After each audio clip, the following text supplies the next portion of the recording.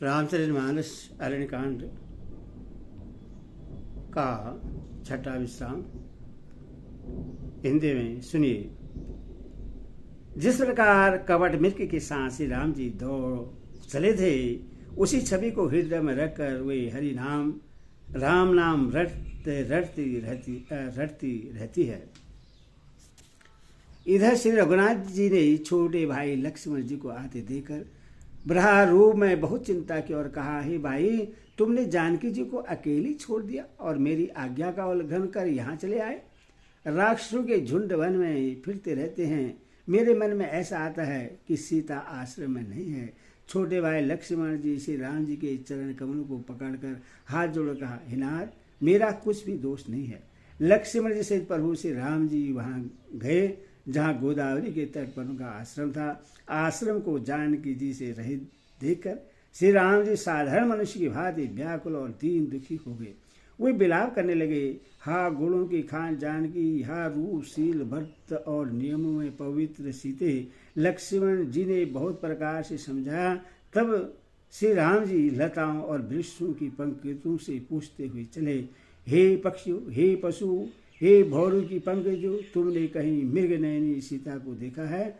खंजन, तोता, कबूतर, हिरन, मछली, भौरों का समूह, परवीण, कोयल, कुंद, कली, अनार, बिजली, कमल, शरद का चंद्रमा और नागनी, वरुण का पास, कामदेव का धनुष, हंस, गज और सिंह, ये सब आज अपनी प्रशंसा सुन रहे हैं। बेल, सुवर्ण और केला हर्षित हो रहे हैं। इनके मन में जरा भी शंका और संकोच नहीं है। हे जानकी जी, सुनो, तुम्हारे बिना ये सब आज ऐसे हर्षित हैं मानो राज पा गई हों। अर्थात तुम्हारे अंगों के सामने ये सब तुच्छ, अपमानित और लज्जित थे। आज तुम्हें देखकर ये अपनी शोभा के अभिमान में फूल रहे हैं। तुमने यह अलख स्पर्शा कैसे सही जाती है? हे प्रिय, तुम शीघ्र ही प्रकट क्यों नहीं होती? इस प्रकार अत्यंत ब्रह्मांडों के अथवा महिमा स्वरूप शक्ति श्री सीता जी के स्वामी श्री राम जी सीता जी को खोजते हुए इस प्रकार विलाप कर रहे हैं, मानो कोई महाविरही और अत्यंत कामी पुरुष को। पूर्ण काम, आनंद की राशि, अजनबार, अविनाशी श्री राम जी मनुष्यों के से चरित्र कर रहे हैं। आगे जाने पर उन्होंने गिरवती जटायु को पकड़ा देखा। वह श्री राम जी के चरणों का स्पर्श कर रहा था, जिनमें ध्वजा, कुलिश आदि की रेखाएं चिन्ह हैं। कृपा सागर श्री रघुवीर ने अपनी कर कमल से उसके सिर का स्पर्श किया, उसके सिर पर कर कमल फेर दिया। शोभा धाम श्री राम जी का परम सुंदर मुख देखकर उसकी सब पीड़ा जाती रही। तब धीरज धर कर गीत ने यह वचन कहा, हे भव जन्म मृत्यु के भय का नाश करने वाले श्री राम जी, सुनिए। हे नाथ, राहुल ने मेरी यह दशा की है। उसी दुष्ट ने जानकी जी को हर लिया है। हे गोसाई, वह उन्हें लेकर दक्षिण दिशा को गया है। सीता जी कुर्द की तरह अत्यंत विलाप कर रही थी। हे प्रभु, मैंने आपके दर्शनों के लिए ही प्राण रोक रखे थे। हे कृपा निधान, अब ये चलना ही चाहते हैं। श्री राम जी ने कहा, हितात, शरीर को बनाए रखिए। तब उसने मुस्कुराते हुए मोह से यह बात कही, मरते समय जिनका नाम मुख में आ जाने से अधम महान पापी भी मुक्त हो जाता है, ऐसा वेद गाते हैं। वही आप मेरे नेत्रों के विषय होकर सामने खड़े हैं। हे नाथ, अब मैं किस कमी की पूर्ति के लिए देह को रखूं? नेत्र में जल भरकर श्री रघुनाथ जी कहने लगे, हितात, आपने अपने श्रेष्ठ कर्मों से दुर्लभ गति पाई है। जिनके मन में दूसरे का हित बसता है, समाय रहता है, उनके लिए जगत में कुछ भी कोई भी गति दुर्लभ नहीं है। हितात, शरीर छोड़कर आप मेरे परम धाम में जाइए। मैं आपको क्या दूं? आप तो पूर्ण काम हैं, सब कुछ पा चुके हैं। हितात, सीता हरण की बात आप जाकर पिताजी से न कहिएगा। यदि मैं राम हूँ तो 10 मुख रावण कोटम सहित वहां आकर स्वयं ही कहेगा। जटायु ने गीत की देह त्याग कर हरि का रूप धारण किया और बहुत से अनुपम दिव्य आभूषण और दिव्य पीताम्बर पहन लिए।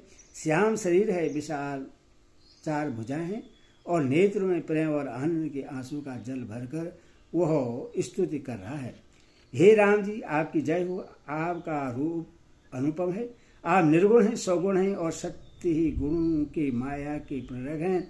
10 सिर वाले रावण की प्रचंड भुजाओं को खंड खंड करने के लिए प्रचंड बाण धारण करने वाले, पृथ्वी को सुशोभित करने वाले, जल युक्त मेघ के समान श्याम शरीर वाले, कमल के समान मुख और लाल कमल के समान विशाल नेत्र वाले, विशाल भुजाओं वाले और भय से छुड़ाने वाले कृपालु श्री राम जी को मैं नित्य नमस्कार करता हूँ।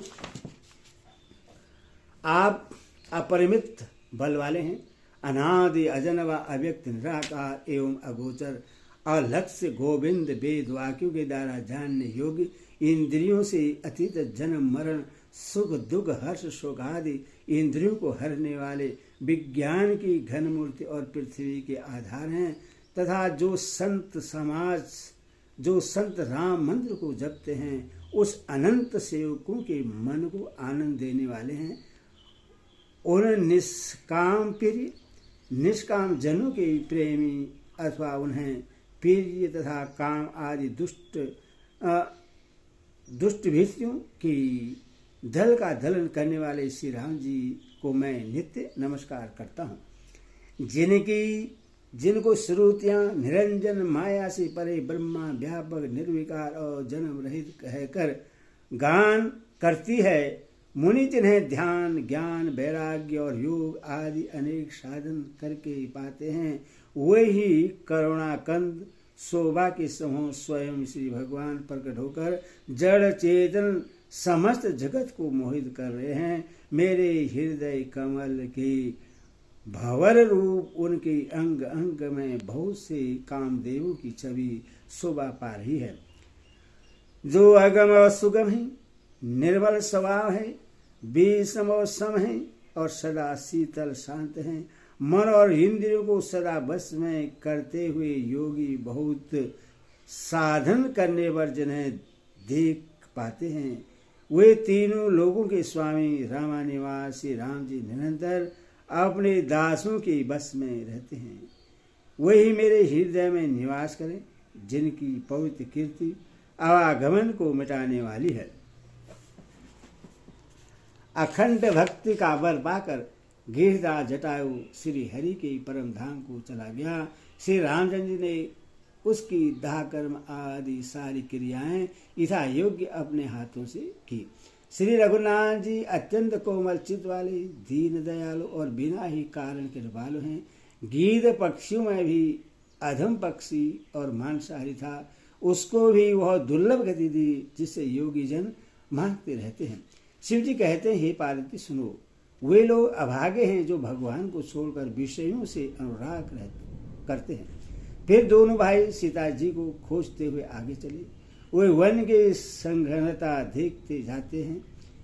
वह संगन वन लताओं और वृक्षों से भरा है, उसमें बहुत से पक्षी मृग हाथी और शेर रहते हैं। श्री राम जी ने रास्ते में आते हुए कबंध राक्षस को मार डाला। उसने अपने इस सांप की सारी बातें कही। वह बोला, दुर्वासा जी ने मुझे सांप दिया था, अब प्रभु के चरणों को देखने से वह पाप मिट गया। श्री राम जी ने कहा, हे गिरधर सुनो, मैं तुम्हें कहता हूँ, ब्राह्मण कुल से द्रोह करने वाला मुझे नहीं सुहाता। मन वचन और कर्म से कपट छोड़कर जो भूदेव ब्राह्मणों की सेवा करता है, मुझ समेत ब्रह्मा शिव आदि सब देवता उसके बस में हो जाते हैं। सांप देता हुआ, मारता हुआ और कठोर वचन कहता हुआ भी ब्राह्मण पूजनीय है, ऐसा संत कहते हैं। शील और गुण से हीन भी ब्राह्मण पूजनीय है और गुण गणों से युक्त और ज्ञान में निपुण भी शूद्र पूजनीय नहीं है। श्री राम जी ने अपना धर्म भागवत धर्म कहकर उसे समझाया। अपने चरणों में प्रेम देकर वह उनके मन को भाया। तदंतर श्री रघुनाथ जी के चरण कमल में सिर नवाकर वह अपनी गति गर्धव का स्वरूप पाकर आकाश में चला गया। उधर उदार श्री राम जी उससे गति देकर सवरी जी के आश्रम में पधारे। सवरी जी ने श्री रामचंद्र जी को घर में आए देखा। तब मुनि मतंग जी के वचनों को याद करके उनका मन प्रसन्न हो गया। कमल सदृश नेत्र और विशाल भुजा वाले सिर पर जटाओं का मुकुट और हृदय पर वनमाला धारण किए सुंदर सांवले और गोरे दोनों भाइयों के चरणों में सवरी जी लिपट पड़ी। वे प्रेम में मग्न हो गई, मुख से वचन नहीं निकलता, बार बार चरण कमलों में सिर नवा रही हैं। फिर उन्होंने जल लेकर आदरपूर्वक दोनों भाइयों के चरण धोए और फिर उन्हें सुंदर आसनों पर बैठाया। उन्होंने अत्यंत रसीले और स्वादिष्ट कंद मूल और फल लाकर श्री राम जी को दिए। प्रभु ने बार बार प्रशंसा करके उन्हें प्रेम सहित खाया। फिर वे हाथ जोड़कर आगे खड़ी हो गई। प्रभु को देखकर उनका प्रेम अत्यंत बढ़ गया। उन्होंने कहा, मैं किस प्रकार आपकी स्तुति करूं। मैं नीच जाति की और अत्यंत मूढ़ बुद्धि हूँ, जो अधम से भी अधम है। स्त्रियां उनमें भी अत्यंत अधम हैं और उनमें भी हे पापनाशन मैं मंद बुद्धि हूँ। श्री रघुनाथ जी कहा, हे भामिनी मेरी बात सुन। मैं तो केवल एक भक्ति ही का संबंध मानता हूँ। जाति पाति कुल धर्म बड़ाई धन बल कुटुंब गुण और चतुरता इन सब के होने पर भी भक्ति से रहित मनुष्य कैसा लगता है, जैसे जलहीन बादल शोभाहीन दिखाई पड़ता है। मैं तुझसे अब अपनी नवदा भक्ति कहता हूँ, तू सावधान होकर सुन और मन में धारण कर। पहली भक्ति है संतों का सत्संग, दूसरी भक्ति है मेरी कथा प्रसंग में प्रेम, तीसरी भक्ति है अभिमान रहित होकर गुरु के चरण कमलों की सेवा, और चौथी भक्ति यह है कि कपट छोड़कर मेरे गुण समूह का गान कर, मेरे राम मंत्र का जाप और मुझ में दृढ़ विश्वास। यह पांचवी भक्ति है जो वेदों में प्रसिद्ध है। छठी भक्ति है इंद्रियों का निग्रह, शील, अच्छा स्वभाव या चरित्र, बहुत कायों से वैराग्य और निरंतर संत पुरुषों के धर्म आचरण में लगे रहना। सातवीं भक्ति है जगत भर को समभाव से मुझ में ओतप्रोत राममयी देखना और संतों को मुझसे भी अधिक करके मानना।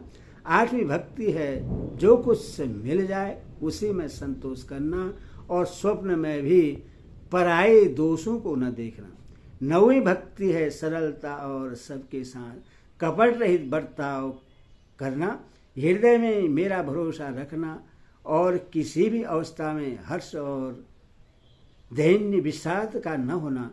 इन नौ में से जिनके एक भी होती है वह स्त्री पुरुष जड़ चेतन कोई भी हो। हे भामिनी मुझे वही अत्यंत प्रिय है। फिर तुझमें तो सभी प्रकार की भक्ति दृढ़ है, अतः जो गति योगियों को भी दुर्लभ है वही आज तेरे लिए सुगम हो गई। मेरे दर्शन का परम अनुपम फल यह है कि जीव अपने सहज स्वरूप को प्राप्त हो जाता है। हे भामिनी अब यदि तू गजगामिनी जानकी जी की कुछ खबर जानती हो तो बता। सबरी ने कहा, हे रघुनाथ जी आप पंपा नामक सरोवर को जाइए, वहां आपकी सुग्रीव से मित्रता होगी।